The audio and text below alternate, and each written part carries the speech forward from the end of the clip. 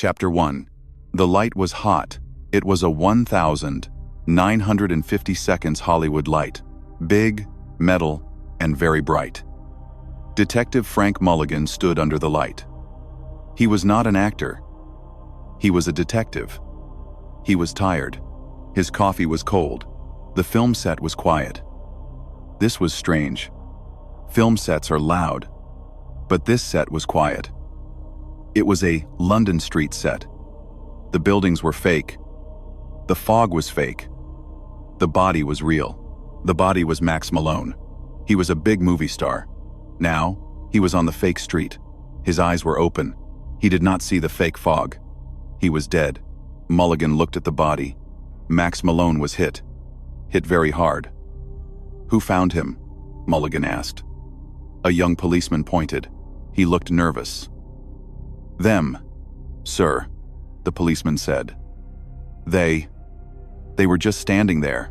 Mulligan looked. 2 men stood near the body. They were not actors. Mulligan knew actors. These men were different. The first man was tall, very tall and thin. He had a sharp nose and sharp eyes. He wore a strange hat. He wore a heavy wool coat. A wool coat in California? It was 100 degrees. The second man was shorter. He had a mustache. He looked like a doctor. He also wore a heavy coat. He looked sad. "Okay," Mulligan said. He walked to the 2 men. "Who are you? Did you see what happened?" The tall man looked at Mulligan. His eyes were like ice. "I am Sherlock Holmes," the tall man said. His voice was sharp and clear. "This is my colleague, Dr. John Watson." Mulligan stopped. "Sherlock Holmes? The book character?" "Book?" the man said. He looked confused. "I am a consulting detective, the only one in the world." "Right," Mulligan said. "Look, Mr. Holmes. This is a real crime. A man is dead. Stop the acting." "Acting?" Dr. Watson said. He sounded angry. "Sir, we are not acting. We were in our rooms. 221B Baker Street. There was a flash, a terrible noise. Then, this." Watson pointed at the bright lights. He pointed at the fake buildings. "This is not London," Watson said. "The fog has no smell." Mulligan sighed. "Where are you from?" "We are from London, England," Holmes said. "When are you from?" Mulligan asked. He was tired of the game. "When?" Holmes looked at Watson, then back at Mulligan. "The year," Holmes said, "is 1,890. Mulligan stared. 1,890. These men were crazy, or they were the best actors in Hollywood. 1,890, Mulligan said. "That's 60 years ago." "Indeed," Holmes said. "This place is baffling. The air is warm. The lights are blinding. And this poor man," he pointed to Max Malone, "was killed by a left-handed person." Mulligan stopped. He looked at the body. He looked at the wound. The angle was high, on the left side. "How did you know that?" Mulligan asked. "It is simple observation," Holmes said. "The blow came from his left. The attacker was tall, taller than you, and he wore cologne. A very cheap cologne. I can smell it." Mulligan kneeled. He smelled the air near the body. He smelled cheap cologne. He stood up. He looked at Holmes. "Who are you?" Mulligan asked again. This time his voice was serious. "I told you," Holmes said. "I am Sherlock Holmes." "Mulligan, show me your ID, your driver's license." "Driver's license?" "Driver's license?" Watson asked. "What is that?" "We have cards." Watson reached into his coat. He pulled out a small white card. Mulligan took it. The card was thick. The writing was old. "Dr. John H. Watson, M.D., Baker Street." Holmes gave Mulligan a card. "Sherlock Holmes, consulting detective, 221B Baker Street." "This is not real," Mulligan said. "This is a prop." Prop? Holmes asked. A movie prop. For the film. I assure you, sir, Holmes said. It is very real. Now, about this body. The man has been dead for less than 20 minutes. The killer is still here. He is watching us. Holmes looked up. He looked at the catwalks. The high, dark places above the set. Mulligan looked up too. He saw nothing. Just hot, bright lights. All right, Mulligan said. You two. You are coming with me. To the station. We will find out who you are. That is acceptable, Holmes said. Your station may have answers. It will, Mulligan said. It has fingerprints. Prints? Watson asked. Yes, Mulligan said. We will find out who you really are. The two men did not look worried. They looked curious. Mulligan put his hand on his gun. He did not like this. He did not like this at all. The body was on a film set, and two men from 1890 were his only witnesses. Chapter 2. The police station was loud. Phones were ringing. Typewriters were clicking. Click, click, clack. Click, click, clack. It was the sound of 1,950. Detective Mulligan brought the two strange men inside. Sherlock Holmes and Dr. Watson looked around. Their faces were pale. Good heavens, Watson whispered. The noise, the lights. Holmes was looking at a telephone. A black, heavy phone. It was ringing. A policeman answered it. It talks, Holmes said. He was not speaking to Mulligan. He was speaking to himself. The wires, they carry voices. It's a telephone, Mulligan said. We have had them for years. Sit down. Mulligan pointed to two hard wooden chairs. Holmes and Watson Saturday. They did not slouch. They sat perfectly straight. Their wool coats looked hot and heavy. Officer, Mulligan called. Get these two fingerprinted. I want to know who they are. Check their names. Holmes and Watson. The officer laughed. Holmes and Watson? Like the stories? Just do it, Mulligan said. Mulligan went to his desk. His coffee was still there. It was bad. He looked at the two men. The fingerprint officer was rolling their fingers in ink. Holmes watched the process. He looked fascinated. Remarkable, Holmes said. A system for tracking criminals based on their finger ridges. It is brilliant, but simple. The officer looked at Mulligan. Mulligan just shook his head. An hour passed. The fingerprint results came back. Mulligan read the paper. He read it again. He stood up. He walked to Holmes and Watson. No match, Mulligan said. No fingerprints on file. No driver's license. No social security number. We do not know those things, Watson said. According to the city of Los Angeles, Mulligan said, You two men, you do not exist. Holmes smiled. A thin, cold smile. We do exist, Detective Mulligan. We just do not exist here.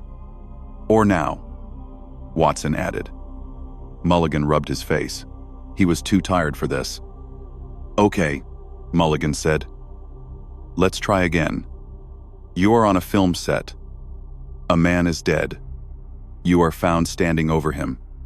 You say you are from 1890. Tell me the truth. Are you actors for a new film? Is this a joke? This is not a joke, Holmes said. His voice was cold. A man is dead, I told you. He was killed by a tall, left-handed man. The man was wearing cheap cologne. And? Mulligan asked. And, Holmes continued, the weapon was a prop. That is the word you used, a prop. It was heavy, made of metal.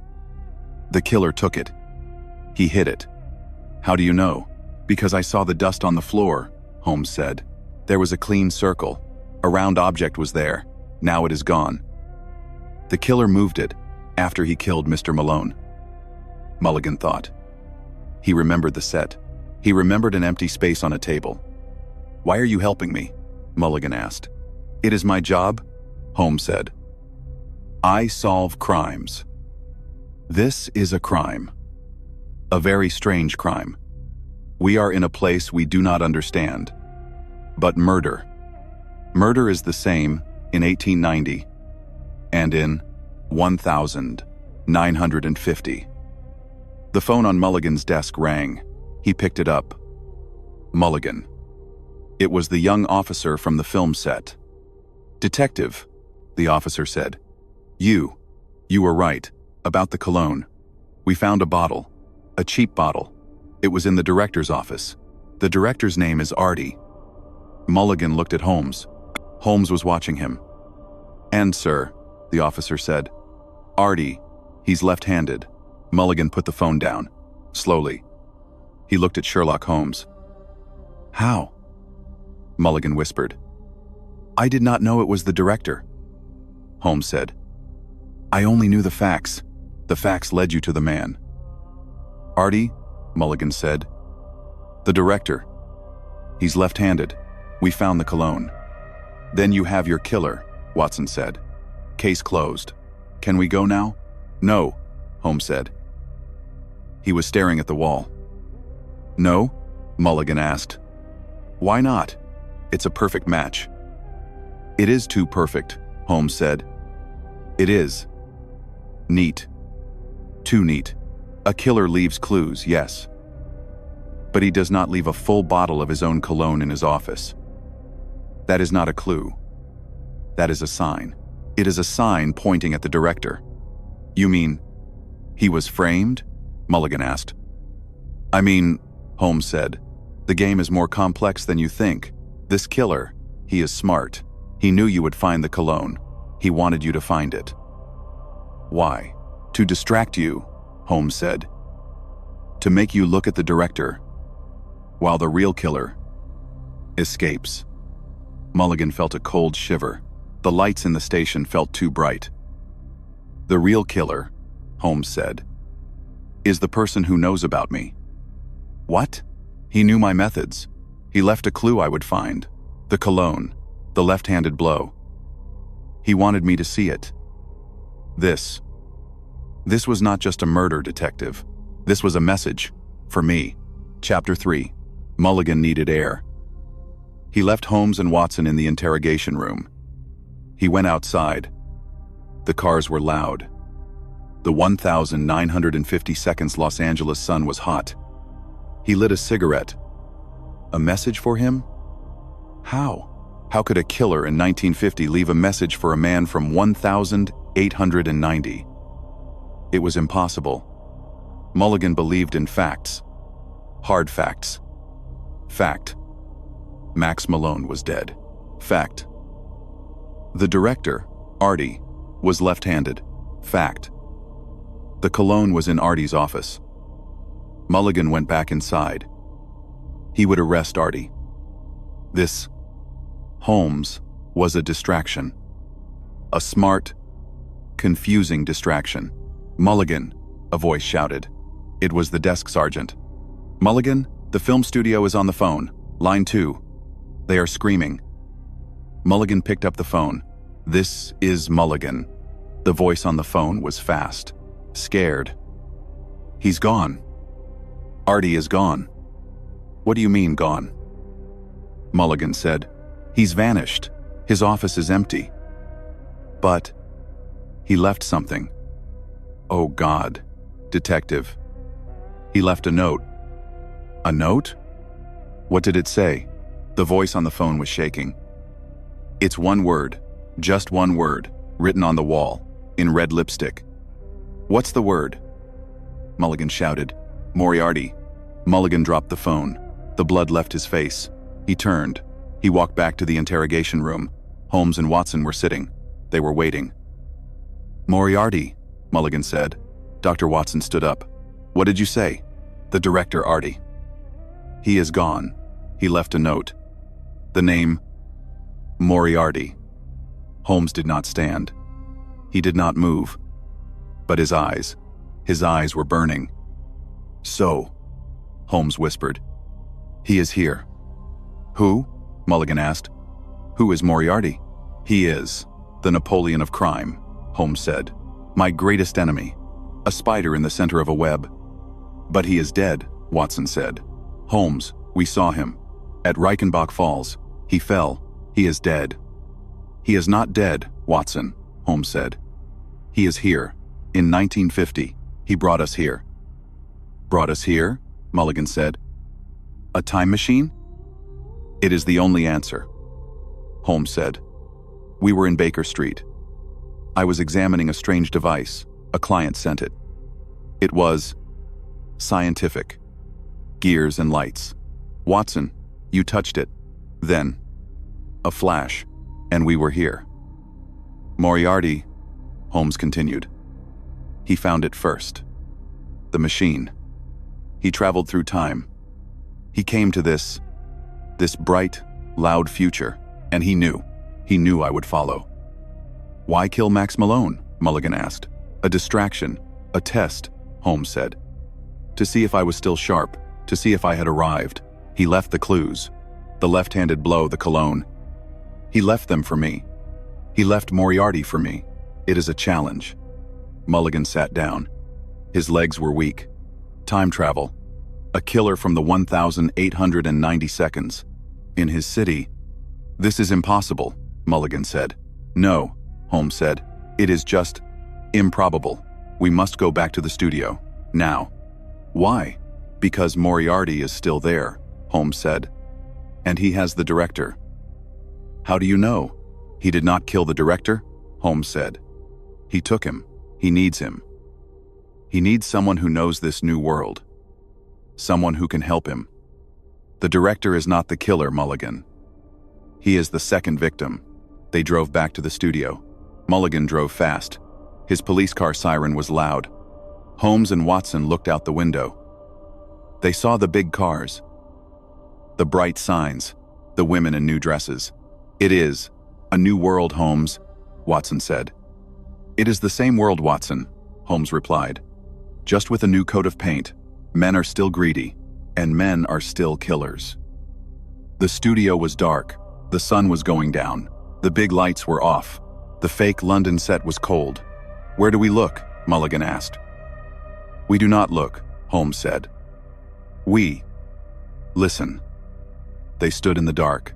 Mulligan heard the wind. He heard the distant traffic. Then, he heard something else. Tap, tap, tap. It was a small sound, coming from under the set.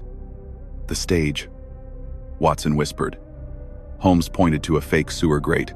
A prop grate on the London street. Mulligan pulled his gun. He walked to the grate. He pulled it open. There was a dark space below. A cellar.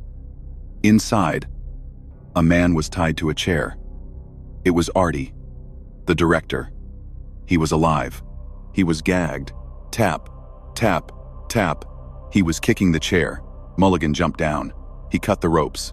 Artie was terrified. He was here, Artie whispered. A tall man. He looked like the devil. He had a strange accent. He said, the professor sends his regards. Moriarty, Holmes said from above. He took something, Artie said. What? Mulligan asked. What did he take? The film, Artie said. He took the new film, The Diamond Thief. Why? Mulligan asked. Why take the movie? Holmes was silent. He was thinking. The film, Holmes said. Detective. What is? Film? It's pictures, Mulligan said. Moving pictures. No, Artie said. Not just pictures. This film, it had secrets. We were testing a new camera, a military camera. It could see everything, even in the dark. It was a secret. For the government? Holmes looked at Mulligan. He is not just a killer, Holmes said. He is a spy. He is stealing your 1,950-second secrets. He is using this world's technology for his 1,890 seconds crimes. He has the film, Mulligan said. He's gone. No, Holmes said. He is not gone. He is predictable. He has what he wants. Now, he will try to go home. Home? Back to 1890, Holmes said. He needs the machine. And we know where it is. Where? Watson asked. Where we arrived, Holmes said. The only place it can be. It is still on this set. Chapter 4. The film set was large. The fake London street was dark. The moonlight was not real. It was a single, high lamp. Where? Mulligan asked. He held his gun. It felt small. He needs power, Holmes said. A lot of power. More than your 1890 seconds gas lamps. He needs electricity. Holmes looked up. He pointed to the massive electrical cables. They were thick. He needs the source, Holmes said. They followed the cables, past the fake houses, past the fake fog machines. The cables went to a large metal shed. The shed door was locked. Warning, high voltage, Mulligan read. Watson. Your shoulder, Holmes said. Watson nodded. He was a strong man. He hit the door. Bang. The lock broke. They opened the door. Inside, it was not just 1,950 seconds electricity. There was something new. In the center of the room was a machine. It was made of brass and copper. It had gears and glass tubes. It hummed. A low, soft sound. Blue light came from the tubes. The machine, Watson whispered. The time machine. It is beautiful, Holmes said. He touched the brass. It was cold. He's not here, Mulligan said. He looked around. Moriarty is gone. No, Holmes said. A voice came from the shadows. He is not gone, Detective. He was just waiting. A tall man stepped out. He wore a 1,950 seconds suit, a nice suit. But his face was old. His eyes were smart and evil. Professor Moriarty, Holmes said. He did not sound surprised. Holmes, Moriarty said. He smiled. You came. I am so glad. This new world, it is wonderful. So much chaos. It is over, Professor, Holmes said. Over? Moriarty laughed. It is beginning. I have the film. The night vision film. When I take this back to 1890, I will be a king. The armies of Europe will pay me anything. You killed Max Malone? Mulligan said, pointing his gun. Mr. Malone? Moriarty sighed. He was loud. He saw me near the machine. He thought I was a prop man. He yelled at me. He was rude. So, I hit him. With a prop, it was satisfying. And the director? Artie? A fool. He told me everything about the film. He thought I was a government agent. Moriarty looked at the machine. It is time to go, Holmes, he said. Thank you for testing the air for me. I was worried you did not make the journey. I am not letting you leave, Mulligan said. Moriarty smiled. He pulled a small silver object from his pocket. It was not a gun from 1890. It was a 1950 seconds pistol. This world has improvements, Moriarty said. He pointed the gun at Mulligan. You are slow, Detective. But I am not, Holmes said. Holmes moved. He was fast. He kicked the gun from Moriarty's hand. Watson tackled the professor. Mulligan grabbed the film. Moriarty was strong. He pushed Watson. He hit Holmes. He ran. Not for the gun. For the machine. Goodbye, Holmes, he shouted. He pulled a large, red lever on the machine. The humming sound grew. It was loud. Vree-ee-ee. The blue lights turned white. Holmes, Watson shouted. The light. It is happening again. Holmes looked at the machine. He looked at Moriarty. Moriarty was laughing. It takes 1 minute to warm up, Moriarty shouted. You cannot stop it. Mulligan raised his gun. I can stop you. If you shoot me, you shoot the machine, Moriarty said. He was right. Moriarty stood in front of the controls. Holmes looked around. He saw the heavy electrical cables. Mulligan, Holmes shouted. The power! Cut the power! Mulligan saw the main switch, a large box on the wall. He ran to it. Moriarty saw him. He ran at Mulligan. Mulligan was too slow. Moriarty hit him. Mulligan fell. Moriarty was now at the switch. He was blocking it. Too late, Holmes! The machine was screaming. The light was blinding. Watson! Holmes shouted. Now! Holmes and Watson ran at Moriarty. But Moriarty was smart. He stepped into the machine. He stood in the center. The light was all around him. You cannot touch me, he laughed. I am going home. He is right, Holmes, Watson said. The energy. It will kill us. Holmes stopped. He looked at Moriarty. He looked at the film in Mulligan's hand. He cannot take it, Holmes said. Holmes looked at the gun on the floor. The 1,950 seconds pistol. Mulligan, Holmes yelled. Your gun. Can you shoot? The film? Mulligan was on the floor.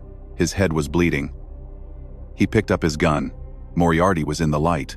He was holding the film canister. He is taking the film, Mulligan said. No, Holmes said. He is not. He has the film I took. Mulligan looked at his hand. He was holding the film. He looked at Moriarty. Moriarty was holding another canister. A fake, Watson whispered. Holmes, you switched them. When you tackled him, Holmes said. A simple trick. He has a prop. We have the real film. Moriarty looked at the canister in his hand. He saw the prop sticker. His face was red. Holmes, he screamed. The light flashed, a sound like thunder, and Professor Moriarty was gone. The machine stopped. The room was quiet. Mulligan, Holmes, and Watson were alone. He is gone, Mulligan said. Back to 1,890, with a fake film. Yes, Holmes said. So, it is over, Mulligan said. He stood up. No, Holmes said. He was looking at the machine. The machine was still humming. Softly, the blue lights were still glowing. It is not over, Holmes said. Now, it is our turn. Chapter 5. Mulligan stared at Holmes. What do you mean? Your turn. This machine, Holmes said. He touched the warm brass. It took us here. It can take us back. Back? Watson said.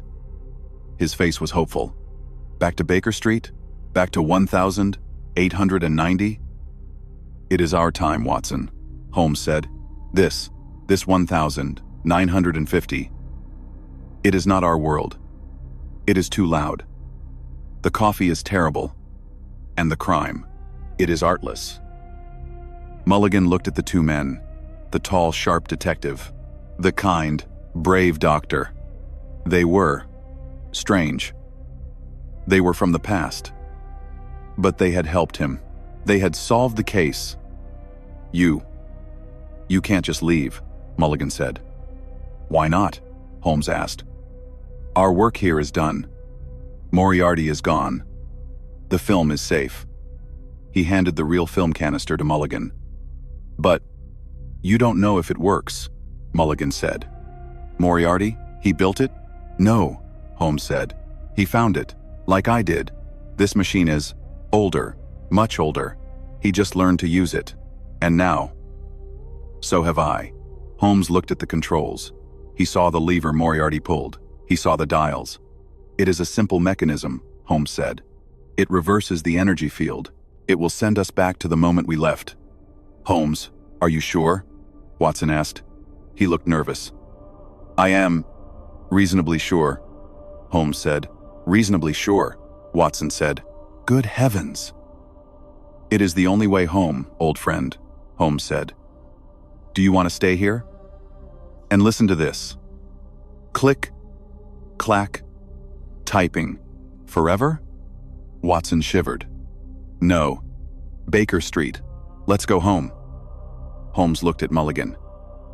Detective Mulligan. It was interesting. Mulligan did not know what to say. He was a 1,950 seconds cop. He believed in guns. He believed in coffee. He believed in fingerprints. He did not believe in time travel, but he saw it. You are real, Mulligan said. Sherlock Holmes and Dr. Watson. We are, Holmes said. And you, sir, are a good detective. But you look too much. You do not see. What? What do I tell my bosses? Mulligan asked. About the murder? About Moriarty? Holmes thought for a moment. The truth, Holmes said. But not all of it. Tell them, Holmes said, that the director Artie was the target. A foreign agent wanted the military film. The agent was Professor Moriarty, a master spy. And Max Malone? Malone saw the spy. The spy killed him. The spy escaped. And the director, Artie? Artie was framed, Holmes said. He is innocent. Mulligan nodded. It is. A good story. It works. They will believe it. A spy. It is the best kind of story, Holmes said. It is mostly true. Holmes and Watson stepped onto the machine's platform. Goodbye, detective, Watson said. He smiled. Thank you for the fingerprints. Holmes looked at the controls. Wait, Mulligan said. Holmes stopped. Moriarty, Mulligan said. He's back in 1890. He is empty-handed, but he is still Moriarty. He will be angry. He will try again. Holmes looked at Mulligan. You are learning to see, detective, Holmes said. What if he comes back? Mulligan asked. What if he tries? Again? He will, Holmes said. He is Moriarty. He will not stop. He will look for the machine. Or he will try to build another one. So what do we do? Mulligan asked. Holmes looked at the big red lever. We must break the toy, Holmes said. He did not pull the lever. Instead, he looked at the glass tubes, the blue, glowing tubes. Watson, Holmes said, your cane. Watson gave Holmes his heavy wooden cane. Holmes, no, Watson said. It is our only way home. It is also his only way back, Watson, Holmes said. Holmes looked at Mulligan. This world, 1,950, it must be safe. My world, 1,890, it must be safe. You will be trapped here, Mulligan said. No, Holmes said. Not trapped, just relocated. Holmes smiled. A thin, cold smile. Perhaps, Holmes said. This 1,950, it needs a consulting detective. Holmes, Watson said. You cannot be serious. The noise, the cars. We will adapt, Watson, Holmes said. We will find a quiet room. We will find better coffee. And we will find crime. Holmes raised the cane. Mulligan, Holmes said. Do you have a crowbar? Mulligan smiled. Yes. Yes, I do. Good, Holmes said. Let us get to work. Holmes looked at the complex machine. Moriarty, you are trapped in 1890, Holmes whispered. And I am trapped here. He swung the cane. Crash. A glass tube shattered. The blue light died. The machine was broken. Mulligan watched. Sherlock Holmes. A man from 1,890. He was stuck. In 1950, Mulligan lit a cigarette. Well, Mr. Holmes, Mulligan said, welcome to Los Angeles. Chapter 6. The machine was silent. It was just brass and broken glass. The magic was gone. Watson sat on a crate. He put his face in his hands. It is finished, Watson whispered. Baker Street. Mrs. Hudson, it is all gone. We are ghosts. We are not ghosts, Watson, Holmes said. He was dusting off his coat. We are pioneers. This is a new land. It is a new time, Holmes. We do not belong here.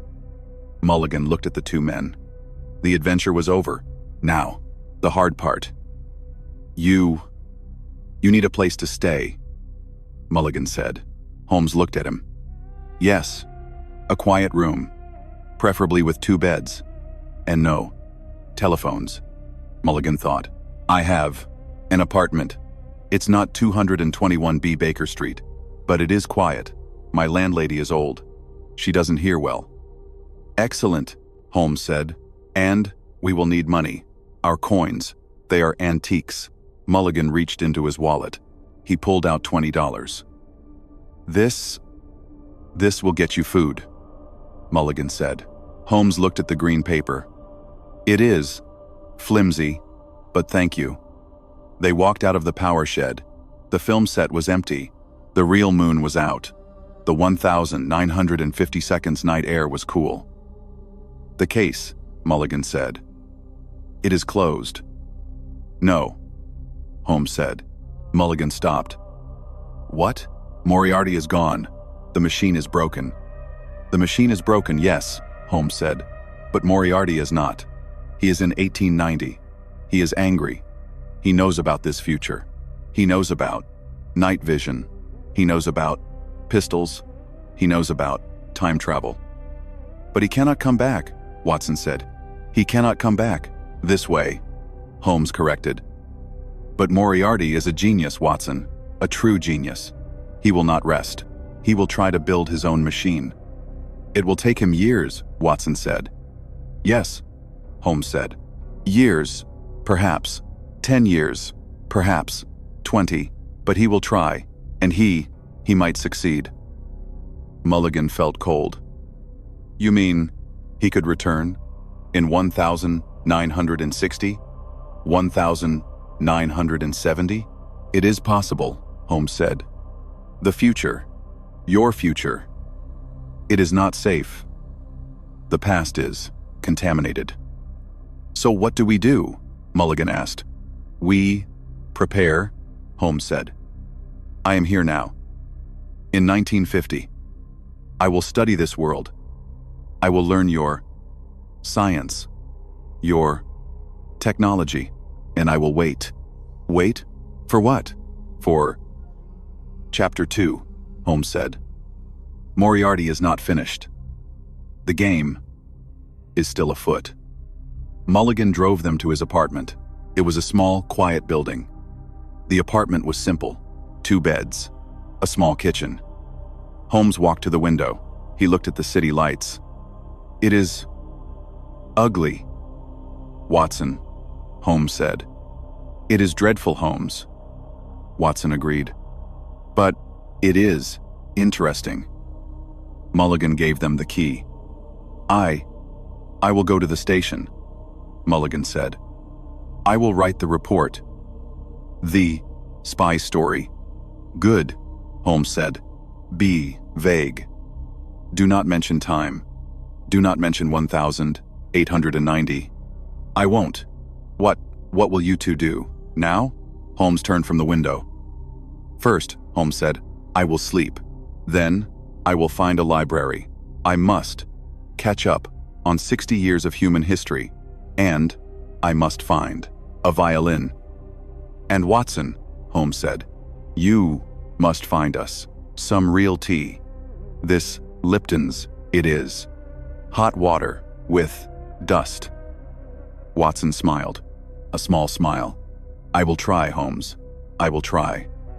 Mulligan left them. He drove to the station. He looked at the film canister on the seat next to him, the government secret. He looked at the steering wheel. He thought about Sherlock Holmes. In his city. He thought about Moriarty. In 1890. Planning. Mulligan shook his head. He was just a cop. This was too big. But he was also excited. The city. Los Angeles.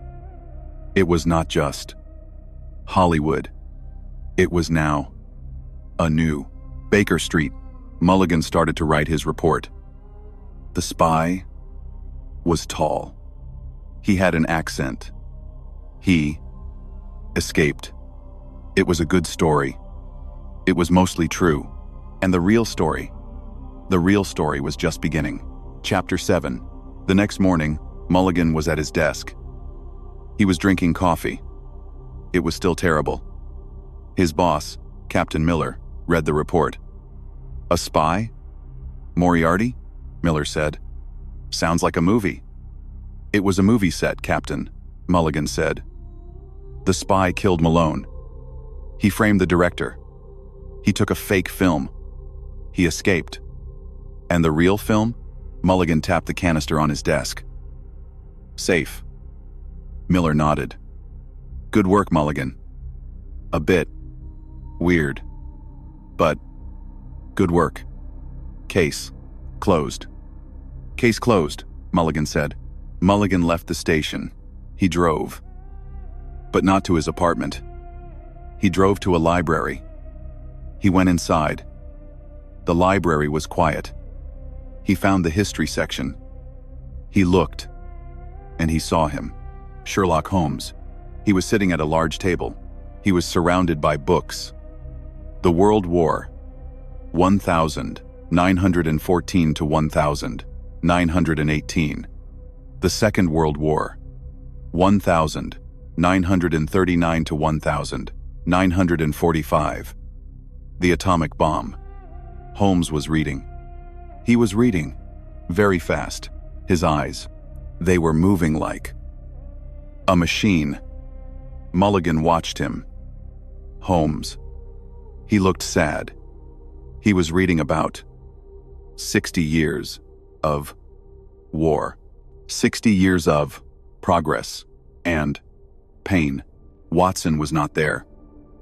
Mulligan went to the M section. He pulled out a book. The Complete Sherlock Holmes by Sir Arthur Conan Doyle. He opened it. He read about Holmes, about Watson, about Moriarty, about Reichenbach Falls. He wrote about us, a voice said. Mulligan looked up. Dr. Watson was there. He was holding a small bag. He wrote, "A stories," Watson said. "He made us famous. You are a story," Mulligan said. "We are real, Mr. Mulligan," Watson said. "My friend, Arthur, he just wrote it down. He changed some details. But it was us." Watson looked at Holmes. Holmes was now reading about space. "He is devastated," Watson whispered. "All this war, all this speed, he is lost. He will be okay," Mulligan said. "He is, Holmes." "Yes," Watson said. "He is Holmes." Watson opened his bag. "I found real tea from Chinatown and to a newspaper." Watson put the newspaper on the table. The headline, "Hollywood Jewel Thief Strikes Again. The Cat Steals the King's Diamond." Holmes stopped reading about the war.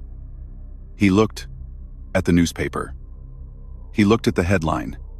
He read the story. A diamond stolen from a locked room. No fingerprints. No witnesses. Holmes looked at Watson. Holmes looked at Mulligan. A slow smile came to his face.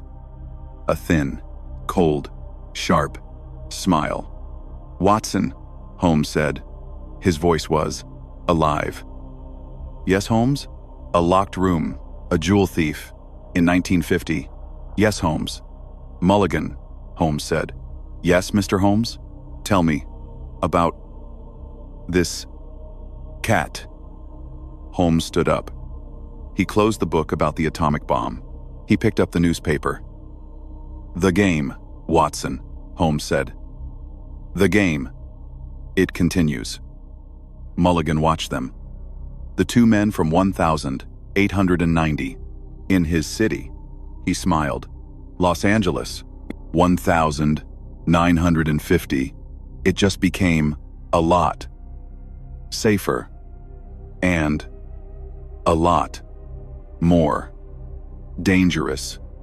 The case was beginning.